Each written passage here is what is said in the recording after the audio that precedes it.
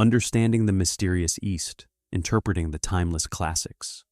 Behind myths, legends, and ancient stories lies a real world shaped by power, desire, fate, and human nature. Truth and wisdom have been buried within stories passed down for thousands of years. Welcome to Mysterious East. Today, let us uncover the hidden truth behind Jin Ping Mei. Chapter 1. The Desire Beneath Prosperity. To understand the mysterious East, we must first listen to its oldest stories. Today, we begin with Jin Ping Mei. If you stopped random people on the streets of China and asked them what kind of book Jin Ping Mei is, 9 out of 10 would probably give you a strange little smile. They would say, "Isn't it just some erotic novel? That story about Himen Qing and Pan Jinlian." But before judging it so quickly, I want you to set aside that prejudice. What if I told you this book is actually the Ming Dynasty's version of Dream of the Red Chamber? In the eyes of many literary masters, its literary status was considered even higher. Lu Xun once praised it as unmatched in its age, and Eileen Chang was one of its greatest admirers. Why? Because Dream of the Red Chamber tells the story of immortals descending into the mortal world. It is the elegy of idealism. But Jin Ping Mei is different. It is about you, about me, about ordinary people trapped in the mud of desire and reality. Have you ever swallowed your pride just for a promotion? Have you ever watched someone your age suddenly become rich while bitterness quietly burned inside you? Late at night, have you ever stared at your bank balance and felt that only money could make you feel safe? If you have, then you must read Jin Ping Mei. This is not merely an erotic novel. It is a handbook of adult desire, a cold mirror reflecting greed, jealousy, vanity, and fear. Its mysterious author, Lanling Xiaoxiao Sheng, writes like a surgeon holding a scalpel, carefully dissecting the darkest corners of human nature, layer by layer. And at the center of all this stands one man, Himen Qing. Most people remember him as nothing more than a lustful villain obsessed with women. But if that is all you see, then you have underestimated him completely. If Himen Qing were alive today, he would probably be the kind of successful man people both envy and secretly resent. Let us picture him clearly. He was around 26 or 27 years old, handsome, charismatic, and the perfect example of a modern hustler centuries before the modern world existed. He owned a large herbal medicine shop. That was his main business. He also lent money at interest. That was finance. Later, he even bought political power for himself, becoming a local official with influence over both law enforcement and the courts. Business, politics, the underworld, the elite. He moved effortlessly between them all. The core of Himen Qing's personality was never lust. It was greed, or to put it more elegantly, an endlessly expanding desire. In the early chapters of the novel, Himen Qing is always busy building connections, busy weaving a massive network of relationships across the county. His attitude toward money feels surprisingly modern. Money was not meant to be saved. Money was meant to create more money, to purchase power, to purchase pleasure. There is one fascinating detail in the book. Himen Qing loved standing outside the front gate of his mansion. Think about it. Most wealthy masters stayed hidden deep inside luxurious courtyards. But not Himen Qing. He preferred standing at the entrance. Why? Because the street was where information flowed, where people gathered, where opportunities appeared. He stood there watching the crowds pass by, watching the prosperous world before him, and in his eyes was hunger. The same hunger you see today in young people working late into the night, inside glass office towers, staring out at the city lights and swearing that one day they will buy a home and secure a place in this world.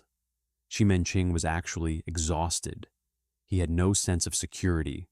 He desperately chased money, power, women, because he believed that only by tightly grasping these tangible things could he prove to himself that he was truly alive. Isn't that the existential anxiety of modern people as well? We endlessly scroll through our phones, endlessly shop, endlessly seek stimulation. Aren't we also trying to fill the emptiness inside ourselves with material things? Xi Menqing is simply the amplified shadow of the part inside all of us that always wants more. So after re-examining Xi Menqing, we realize he was never just a cartoonish villain. He was the prototype of the modern human consumed by desire. And if such a man existed, what kind of woman would be drawn into his world? That brings us to the most controversial female character in the novel, Pan Jinlian. But today, I do not want to focus on her scandals or affairs.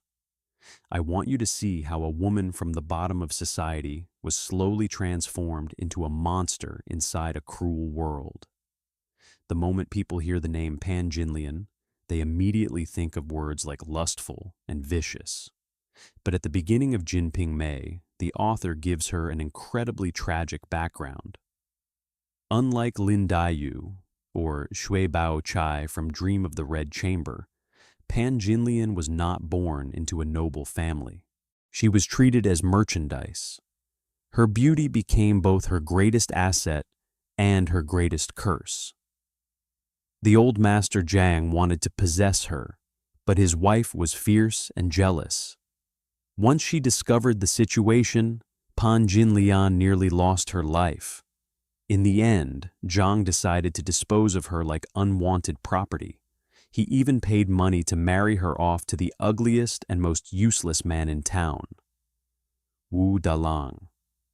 Now try placing yourself in Pan Jinlian's position. You are young, beautiful, intelligent. You can play music. You can sing. You can read and write. You dream of a better life. And yet fate throws you away like garbage and traps you beside a short, weak, pitiful man. Every morning you wake up and see Wu Dalang's miserable face. Outside the window is the rough and vulgar life of poor laborers struggling to survive. How would you feel? Despair, complete despair. Psychology has a term called relative deprivation. Pan Jinlian's suffering did not come only from poverty. It came from the unbearable feeling that she was meant for something greater than the life she had been forced into. Friends, that is all for today. In the next chapter, we will continue the story of Eastern legends. Jin Ping Mei.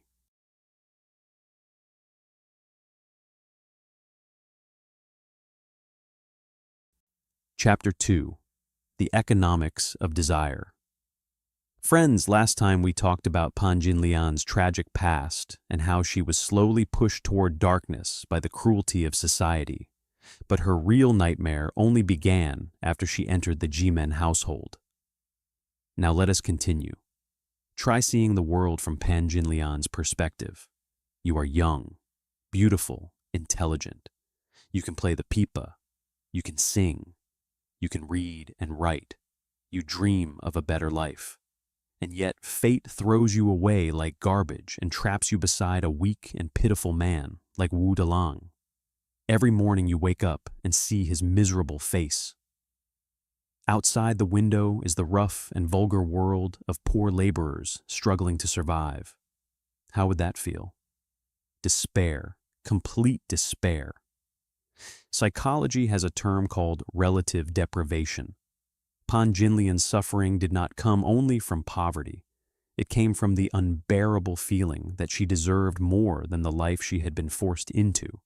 And so, when that wooden pole accidentally slipped from her hands and struck Xi Menqing on the head, Many readers saw only the beginning of an affair, but I see something else entirely.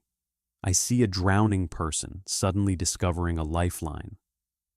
In Water Margin, this moment is written as a moral judgment.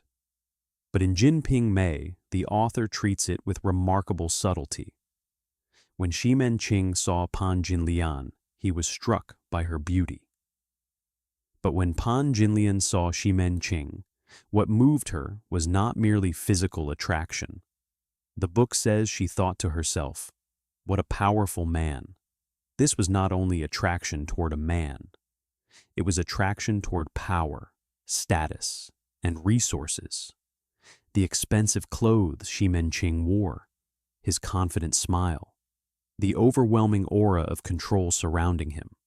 All of it represented the upper-class world Pan Jinlian desperately longed to enter. Pan Jinlian's cruelty grew like a poisonous thorn inside an environment defined by scarcity and desperation. She had no family to protect her, no money, no way out. The only things she could rely on were her beauty and her intelligence. And in order to seize that lifeline, she had to become ruthless. Because if she failed, she would return to that tiny broken house beside the pancake stall and rot there for the rest of her life. That is why Pan Jinlian's tragedy is not simply the tragedy of lust.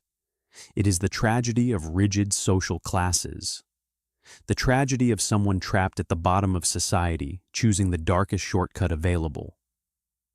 At this point, you may think, once Ximen Qing brought Pan Jinlian into his household, did they finally begin living a happy life together? The answer is the complete opposite. After entering the Ximen household, Pan Jinlian's real nightmare finally began, because she quickly discovered that she was far from the only woman there. There was the official wife, Wu Yuanyang, the wealthy Li Jiaoyi, and later the even wealthier Meng Yulu. The Ximen household was a miniature battlefield. There was no smoke or gunfire, but every meal, every piece of clothing, every seating arrangement at the table was filled with hidden warfare. And Pan Jinlian, the poorest concubine with the lowest social background, had only one question to answer. How could she survive? That brings us to today's central theme, the economics of relationships. One reason Jin Ping Mei feels so cold and realistic is because it tears away the warm mask covering human relationships and exposes the Li-Yi exchange underneath. Even Ximen Qing's marriages followed this logic. He married Wu Yuanyang because she came from a respected military family. That was political alliance. He married Li Jiaoyi because she was a famous courtesan with private wealth and deep knowledge of entertainment and pleasure. That was resource integration. Later he married Meng Yulu because she arrived carrying enormous dowry assets. That was practically a corporate acquisition. If you look carefully, Ximen Qing's marriages resembled modern business mergers. Among all these women, Pan Jinlian was the poorest. When she entered the household, she possessed almost nothing. Inside a wealthy mansion like the Ximen household, status was directly connected to assets. Wu Yuanyang controlled the finances. Meng Yulu had money and influence. But Pan Jinlian had nothing except Ximen Qing's affection. And that created a terrifying reality. She had to constantly compete for attention because affection was her only survival resource. Imagine entering a company where every other partner invested capital, while you were accepted only because the boss liked you. What would you do? You would work desperately. You would compete viciously. You might even sabotage your coworkers just to maintain the boss's attention. That was Pan Jinlian's reality. All her jealousy, her manipulation, her cruelty came from survival anxiety. Once Ximen Qing stopped loving her, she would instantly become worthless inside that household. There is one heartbreaking detail in the novel. Once, Pan Jinlian carefully crafted an exquisite pair of red shoes embroidered with gold thread. She wore them proudly before Yimenqing, hoping to attract his attention. Those shoes represented all her effort, all her desperation to remain loved. Meanwhile, another concubine, Li Pinger, casually rewarded servants with more silver during her birthday celebration than Pan Jinlian earned in an entire year. Pan Jinlian watched Li Pinger's effortless elegance and generosity, and jealousy twisted inside her like a venomous snake. That jealousy was not because Li Pinger was more beautiful. It was because Li Pinger possessed wealth, and therefore the freedom to live calmly and gracefully.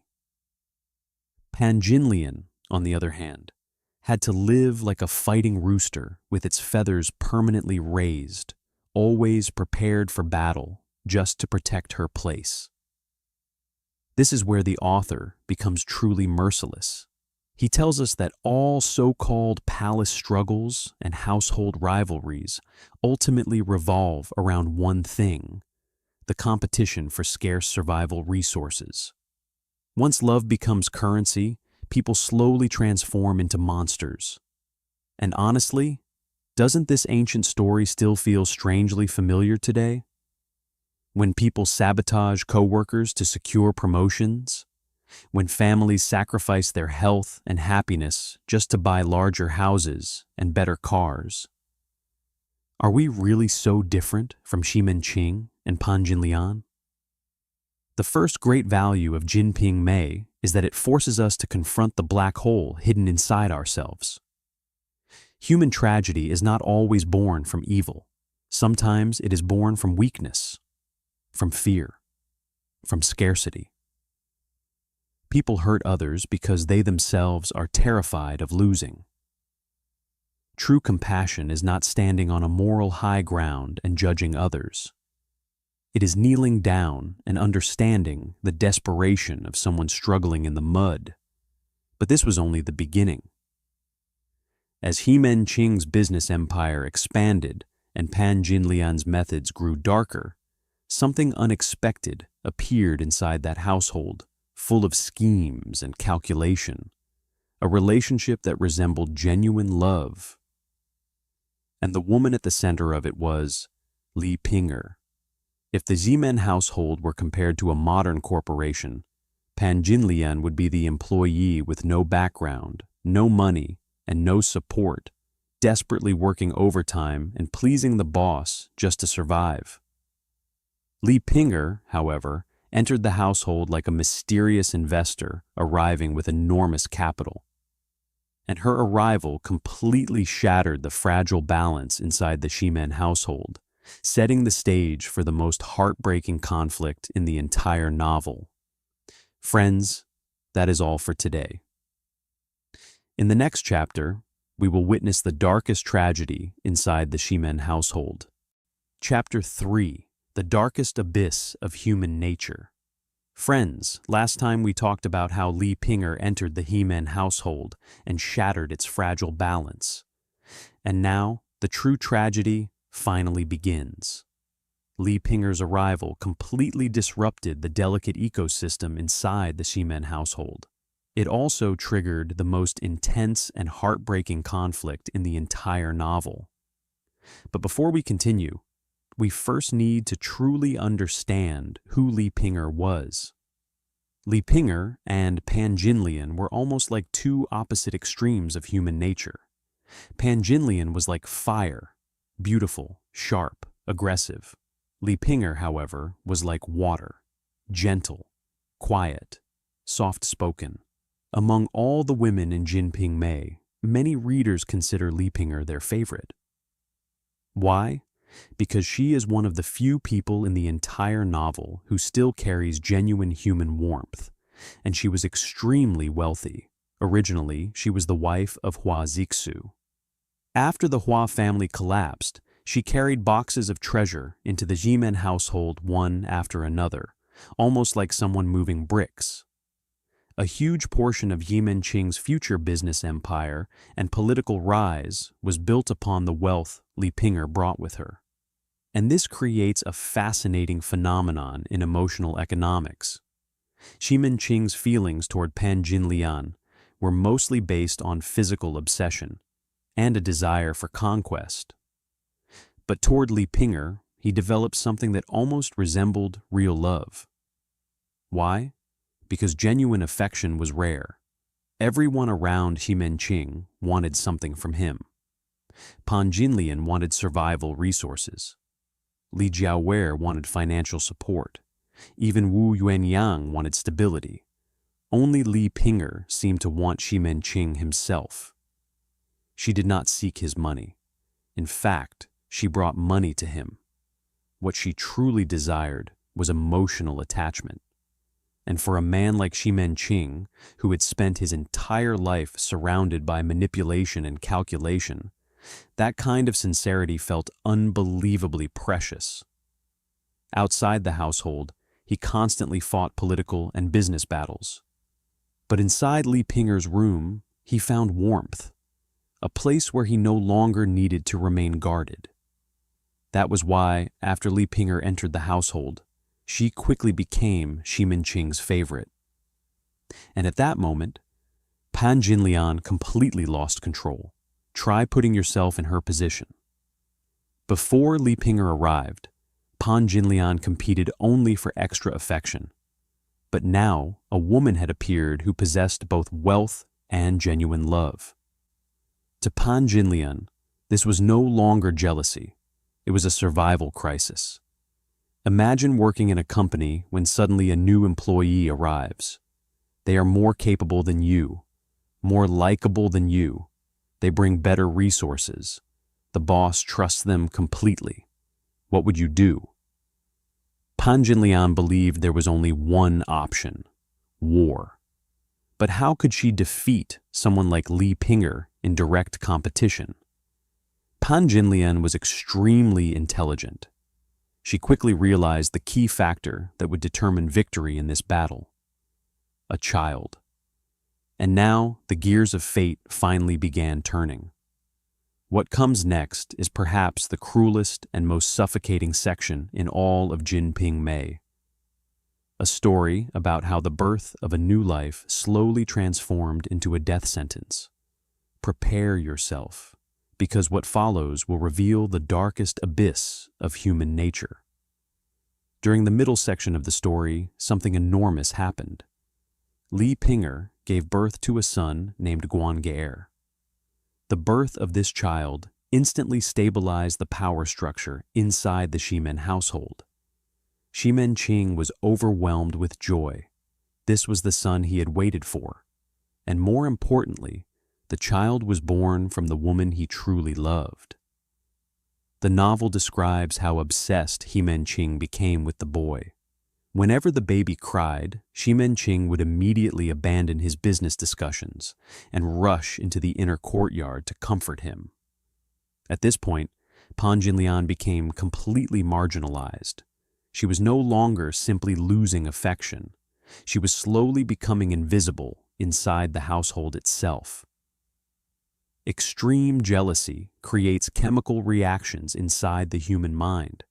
And so Pan Jinlian began carefully planning a psychological war against the infant. Notice something important. She did not poison the child. She did not push anyone into water, like the villains in cheap dramas. Those methods were too crude, too easy to expose. Instead, Pan Jinlian created an atmosphere of terror. She owned a white cat named Snow Lion. Every day she trained the cat. How? She wrapped raw meat in red cloth and taught the cat to pounce and attack it. And now think carefully. What does a newborn baby wrapped in red cloth resemble in the eyes of that cat? That is what makes Pan Jinlian truly terrifying. She created a hidden bomb that could explode at any moment. At the same time, she constantly cursed and smashed objects outside Li Pinger's room, filling the courtyard with pressure and fear.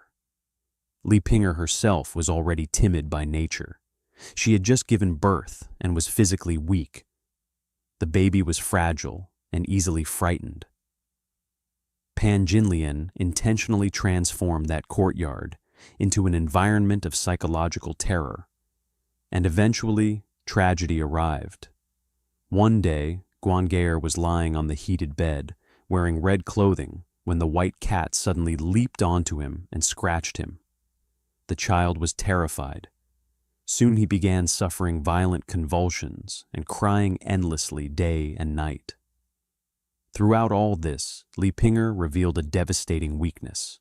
She knew Pan Jinlian was responsible, but she never dared openly confront her. She only cried, prayed to the gods, and endured.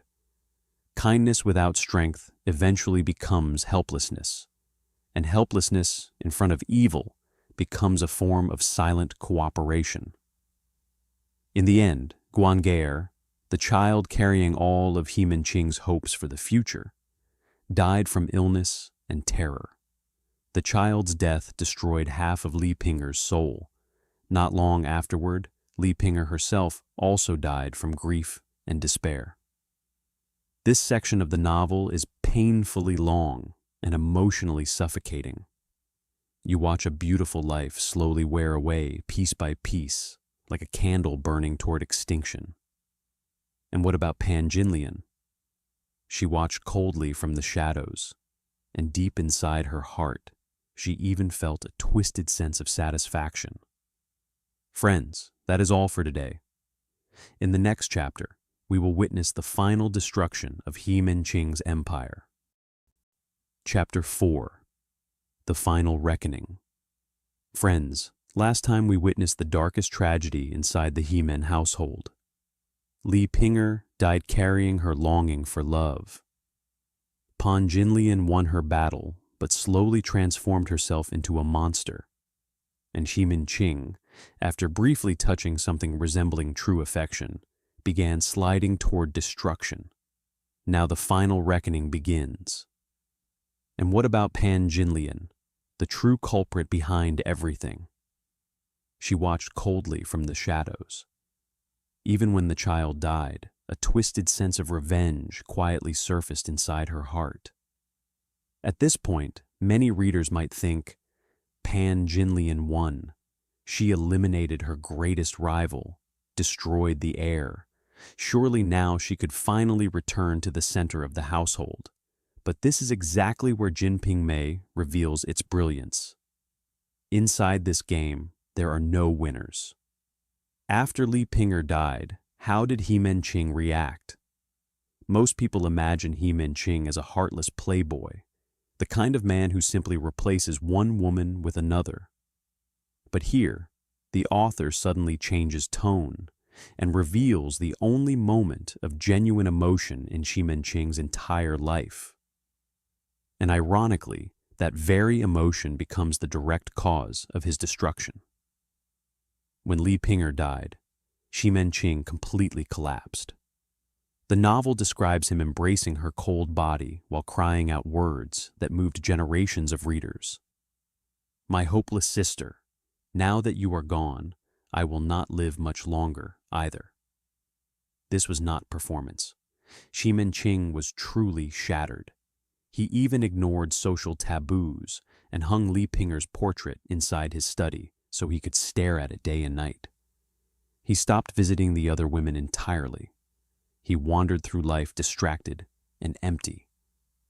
Why? Was Li Pinger simply the most beautiful woman? No. It was because, inside this cold and calculating world, Li Pinger had become the only person who gave him emotional safety. Her death carried away He Minqing's soul, and from that moment onward, he changed completely. He became more reckless, more indulgent, more self-destructive. His pursuit of pleasure no longer resembled enjoyment. It became an act of slow suicide. He attempted to numb spiritual pain through increasingly extreme physical stimulation.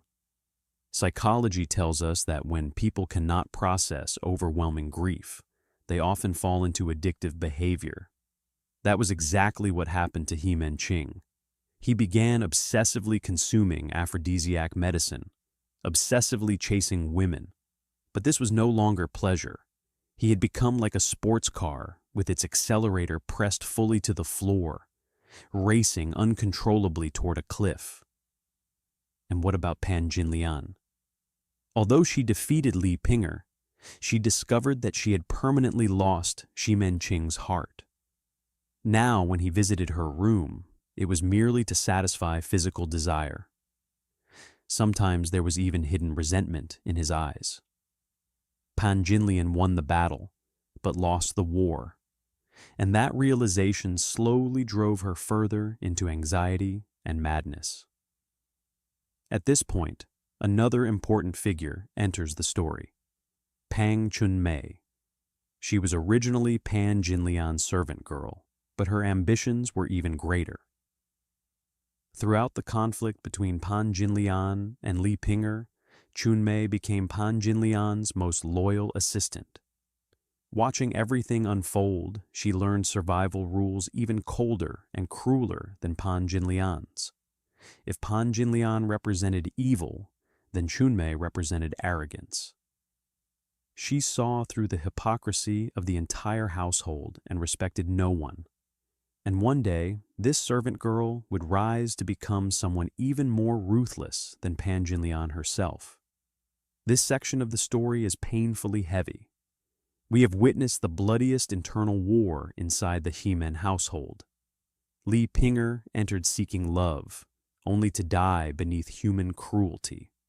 Pan Jinlian fought desperately for survival, only to transform herself into a monster. And Xi Menqing, after finally experiencing genuine affection, immediately lost it and began descending toward destruction. Jin Ping Mei tells us something terrifying.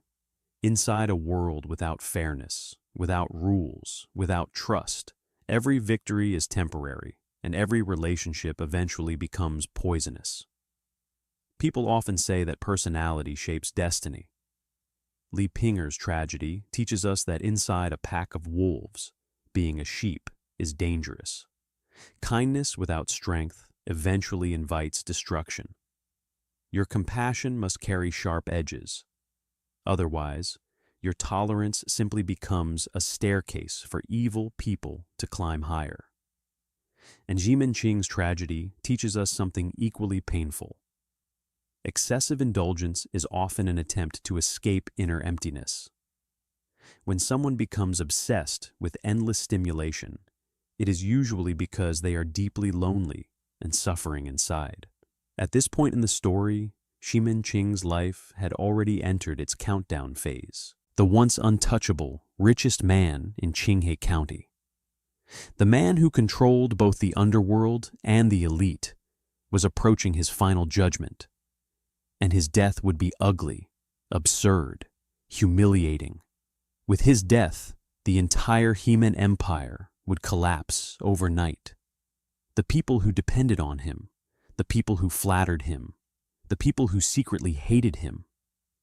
What would they reveal once he disappeared? And what fate awaited Pan Jinlian? This is the final stage of Jin Ping Mei. In the earlier chapters, we witnessed desire burning wildly. We witnessed power struggles devouring human lives. Xi Menqing's empire once appeared indestructible.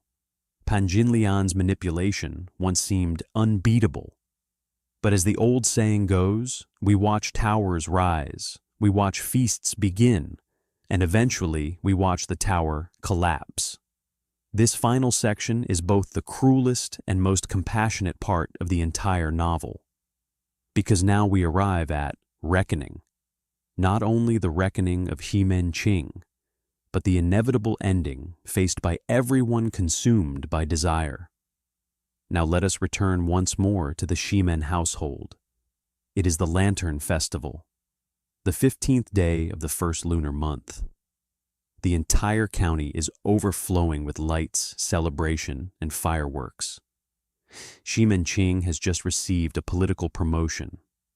His businesses are making enormous profits. Although Li Ping'er is dead, new beautiful women continue entering his life. On the surface, this appears to be the highest point of his existence. But if you look carefully, cracks have already spread throughout the empire. From a modern medical perspective, Ximenqing's body is completely exhausted. Dark circles surround his eyes. His body weakens, but he cannot stop. He has become like a machine wound too tightly, desperately chasing stronger and stronger stimulation. Soon he becomes dependent on a mysterious aphrodisiac medicine. The drug allows him to maintain the illusion of endless vitality and masculine power. Have you ever met people like this in modern life? People already exhausted beyond their limits, yet still forcing themselves forward with energy drinks, coffee, overtime work, alcohol, or endless stimulation. We always imagine the body as a machine that can continue running forever if we simply pour in more fuel. But Ximenqing is about to teach us something terrifying. Everything borrowed through overconsumption will eventually be reclaimed by fate, with interest. So how did Ximenqing finally die? The novel describes it very directly. Shortly after the Lantern Festival, while inside Pan Jinlian's room, he overdosed on the aphrodisiac medicine and literally exhausted himself to death. He died at only 33 years old. Many readers interpret this section merely as erotic content. But honestly, I see it as one of the most profound warnings in literature. What truly killed Ximenqing? Excessive desire. That medicine was simply desire given physical form. He believed it would bring him happiness. Instead, it drained the final remnants of life from his body. And honestly, doesn't this resemble the dopamine traps of modern society? We scroll through short videos for hours, unable to stop. We constantly shop online. We chase money, fame, and status, believing happiness waits at the next level. But once we arrive, we discover only thinner air and deeper emptiness. Before dying, Ximenqing suffered terribly. He became dizzy. His body decayed. The very body he once used to conquer the world became the instrument of his torture. And perhaps the cruelest irony lies in his final moments. On his deathbed, he called his son-in-law, Chen Jingji, to his side. And what did he talk about? Not family, not love, not children. He talked about money. How much silver remained in the businesses? How many debts were still owed? How much inventory remained in storage? Even at the very end of his life, his mind was still calculating numbers. He lived his entire existence like a giant machine of calculation. He believed he possessed everything, but in the end, he carried nothing away, not even a single sincere emotional connection. And the moment Ximenqing died, the great tree lost its roots. What happened afterward became the true horror story of human nature. Friends, we have now said goodbye to Ximenqing. He died inside the giant web of desire he spent his entire life weaving. But if you think Ximenqing's death was cold, what comes next is even colder, the human heart itself. The moment the great tree fell, the monkeys scattered.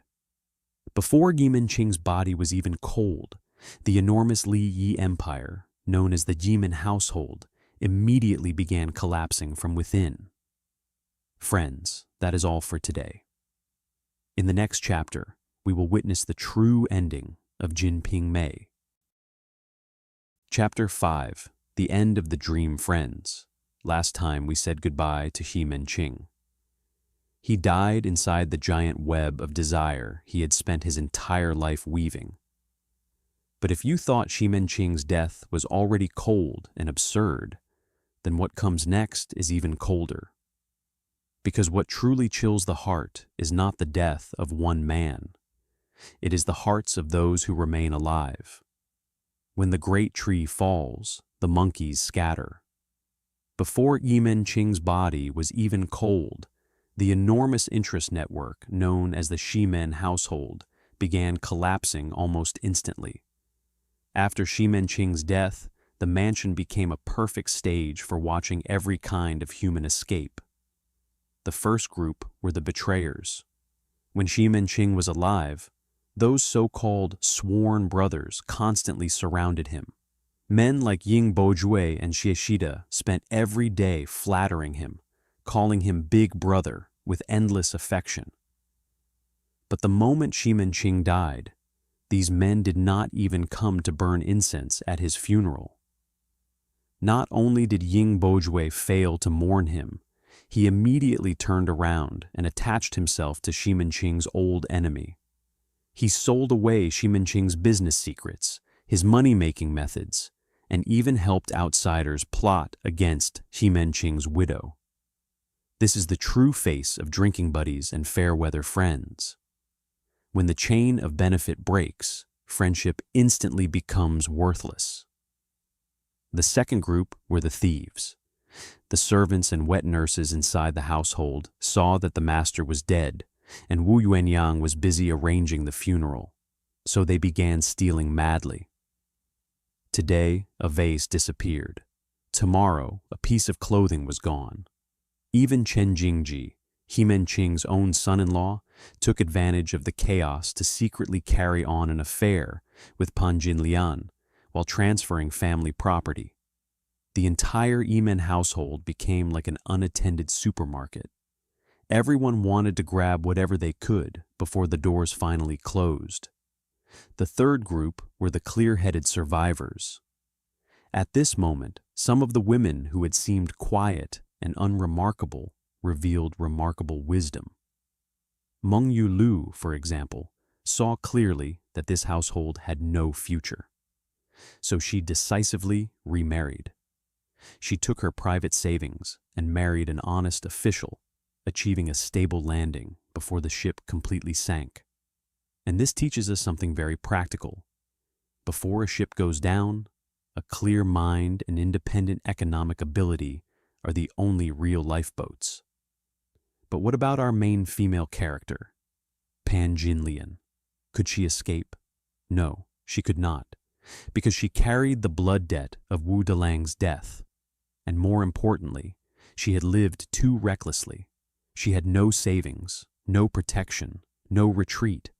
And so, the novel arrives at its most shocking final judgment. Wu Song returns. In Water Margin, Wu Song killing his sister-in-law is often portrayed as heroic justice. But in Jin Ping Mei, this scene is filled with a much heavier sense of fate. After Xi Menqing died, Pan Jinlian was driven out of the household by Wu Yuanyang. Even though she was already pregnant at the time, carrying Chen Jingji's child, the child of a forbidden and scandalous affair, Wu Yuanyang showed her no mercy. She gave Pan Jinlian only a few ragged clothes and arranged for Wang Po to take her away and sell her. Pay attention to that word again, sell. Pan Jinlian's life began with being sold, and now it ends with being sold again. At this moment, Wu Song returned. Pan Jinlian did not know he had come to kill her.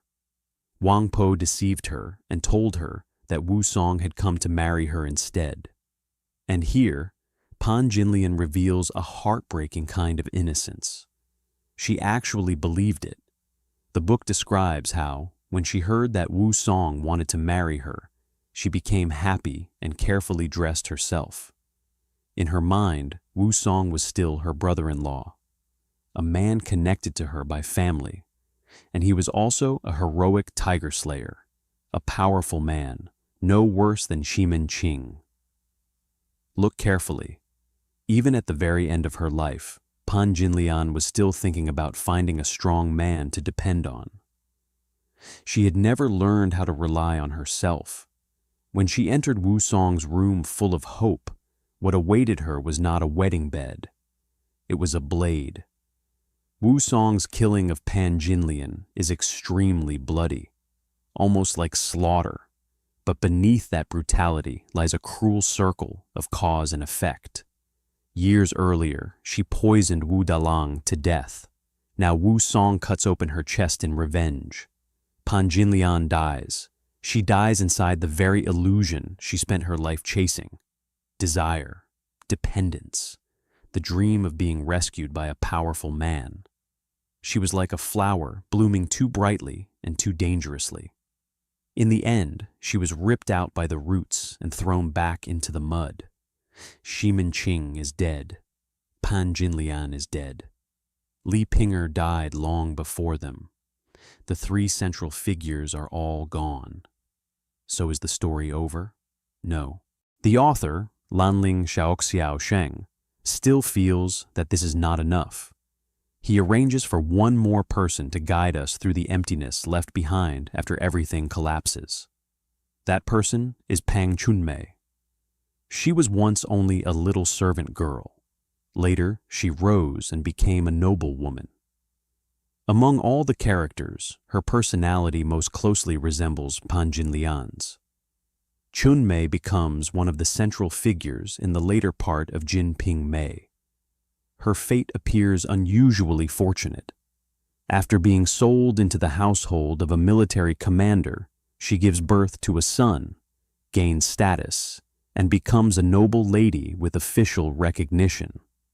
At this stage, it almost seems as if she has fulfilled the dream Panjinlian could never achieve, to fly from the lowest branch and become a phoenix. Later, Chunmei returns to the ruins of the old Ximen household.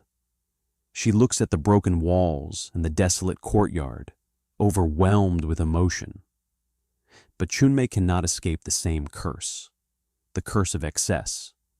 Here, the word lust does not refer only to sexuality. It means lack of restraint, the inability to stop. After Chunmei gains power, she becomes even more arrogant and indulgent than Pan Jinlian once was. And in the end, she too dies from indulgence. She dies in the arms of her lover. This is almost a terrifying cycle. One generation dies. Another generation climbs upward. They repeat the same greed, the same battles, the same hunger, and eventually they walk toward the same destruction. At the end of the novel, the Jin armies invade the south. The central plains fall into chaos. The only remaining bloodline of Shimin Qing, his son Xiaoge, born to Wu Yuanyang, is eventually taken away by an old monk named Master Pujing. The old monk points toward the vast sea of humanity and speaks a final truth. In essence, he says, this rolling world of dust and desire is nothing more than a great dream. Xiaoge becomes a monk. His Buddhist name means nothingness. And with that, the Shimen family line disappears completely. No descendants remain. No incense burns. No legacy survives. At the beginning of the novel, everything is hot. Steaming buns, bustling business, burning bodies, boiling desire. But at the end, everything is cold. Cold wind, cold rain, cold human hearts, and a vast white emptiness stretching across the world. This is Jin Ping Mei. Jin is gold, the money and wealth that Pan Jinlian longed for. Ping is the bottle, the vessel of wine and desire that eventually shatters. Mei is the plum blossom, the proud beauty of Chunmei, blooming and falling in the cold. After reading Jin Ping Mei, what is the strongest feeling it leaves behind? Is it pessimism? Does it tell us that life is meaningless? I do not think so. Lu Xun said that this novel fully captured the ways of human society. But I would say something more. It is a book of awakening. The author writes human nature so darkly and ends the story with such emptiness not to make us despair. He does it to teach us restraint. In modern society, every one of us still lives inside Qinghe County. Algorithms encourage us to consume. Like Shimen Qing, we are taught to always want more. Workplaces encourage wolf-like competition. Like Pan Jinlian, we become anxious, defensive, and afraid of being left behind. We believe that material possessions will give us safety.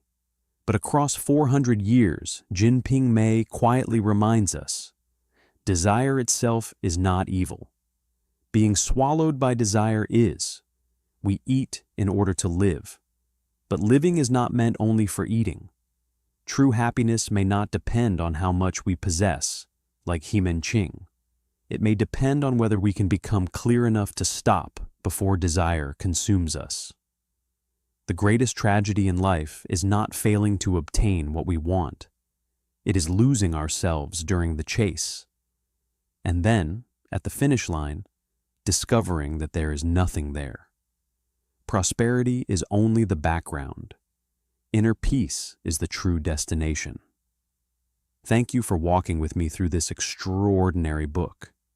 May you remain clear-minded and warm-hearted as you move through the dust and noise of the human world. I will see you in the next book.